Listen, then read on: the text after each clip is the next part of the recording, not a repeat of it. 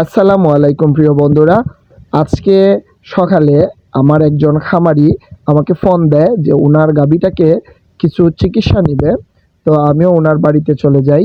তো উনার এই গাভীটাকে আমি ৪ মাস আগে কৃত্রিম প্রজনন করে দিয়েছিলাম। এখন এই গাভীটি প্রেগন্যান্ট বা গাব। তো উনি বলল যে উনার এই গাভীটি যেহেতু গর্ভ অবস্থায়, তো কিছু ভিটামিন, ক্যালসিয়াম দিয়ে রাখলে গাভীটা ভালো থাকবে। এই জন্য উনি আমাকে ফোন দেয়। তো এখন আমাদের ওইদিকে তেমন ঘাস পাওয়া যায় না, কারণ এখন বর্ষার সময়। তো যে ভিটামিনটা ঘাস থেকে পাওয়ার কথা, ক্যালসিয়ামটা ঘাস থেকে পাওয়ার কথা, এটা পাচ্ছে না। এই জন্য খামারি বলল যে আপনি আমার গাভীটাকে কিছু ভিটামিন, ক্যালসিয়াম করে দেন। তো আমিও গাভীটাকে ভিটামিন, ক্যালসিয়াম করে দিই গাভীটাকে সুস্থ রাখার জন্য।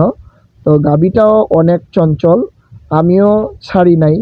আমিও তাকে একটু কষ্ট করে হলেও গাভীটাকে কিছু ভিটামিন, ক্যালসিয়াম দিয়ে দিই। গাভীটা অনেক চঞ্চল।